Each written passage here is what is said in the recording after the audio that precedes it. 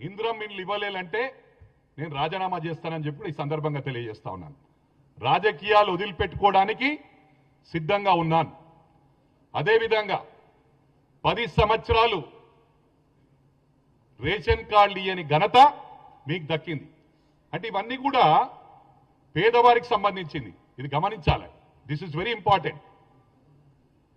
వీళ్ళు ఏమనుకుంటున్నారంటే మేమేం మాట్లాడినా చెల్లుతుందని. నేను ఒకటే కాంగ్రెస్ క్యాడర్ విజ్ఞప్తి చేస్తా ఉన్నా, దాడికి ప్రతి దాడి ఉంటుందని చెప్పి కూడా ఈ సందర్భంగా తెలియజేస్తా ఉన్నా. ఇక ముందు మా గౌరవ ముఖ్యమంత్రి గారు చెప్పినా కూడా కాంగ్రెస్ క్యాడర్, ఎందుకంటే దాదాపు 50% 2.5 years అయిపోయింది.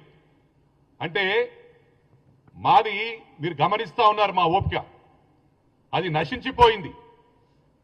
ఇక మొత్తము సినిమా చూపిస్తామని చెప్పి కూడా ఈ సందర్భంగా తెలియజేస్తా ఉన్నా. వాస్తవాలు మాట్లాడుకుందాం.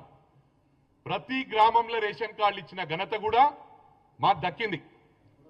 మల్కాజ్గిరి నియోజకవర్గంలో దాదాపు 15,000 రేషన్ కార్డులు ఇచ్చిన ఘనత మా కాంగ్రెస్ ప్రభుత్వానికి, మా గౌరవ ముఖ్యమంత్రి గారికి దక్కిందని చెప్పి ఈ సందర్భంగా తెలియజేస్తా ఉన్నా. అంటే ఒకటి గమనించాలి, మేమేది కూడా యూనిఫామ్ వేలో చేస్తా ఉన్నాం. మీరు దళిత బంధు ఇచ్చినామన్నారు, బీసీ బంధు ఇచ్చినామన్నారు, అదేవిధంగా మైనారిటీ బంధు ఇచ్చినామన్నారు, క్రిస్టియన్ బంధు ఇచ్చినారన్నారు. నేను 200% ప్రూవ్ చేస్తాను. ఏదో ఒక గ్రామంలో ఇచ్చిండ్రు 100, ఒక నియోజకవర్గానికి 100 దళిత బంధులు. అంటే ఒక్క నియోజకవర్గంలో దాదాపు 200 గ్రామాలు ఉంటాయి.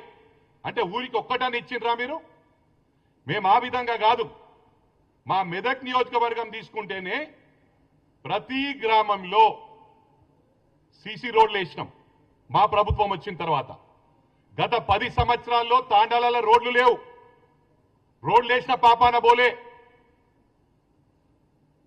డబుల్ బెడ్రూమ్లు ఇచ్చిన పాపాన బోలే, రేషన్ కార్డులు ఇచ్చిన పాపాన బోలే.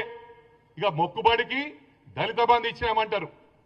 మేము ప్రతి గ్రామంలో కూడా పెద్ద గ్రామాలుంటే 40 లక్షల సీసీ రోడ్లు వేసినాం. చిన్న గ్రామాలు ఒక 200-300 జనాభా ఉంటే 20 లక్షల సీసీ రోడ్లు వేసినాం. కొన్ని గ్రామాల్లో 1 కోటి రూపాయలు వేసినాం. ప్రతి గ్రామంలో, ఒక గ్రామంలో 50 ఇండ్లు ఇందిరా మిల్లు ఇస్తే ఒక చిన్న గ్రామంలో 15 ఇచ్చినాం.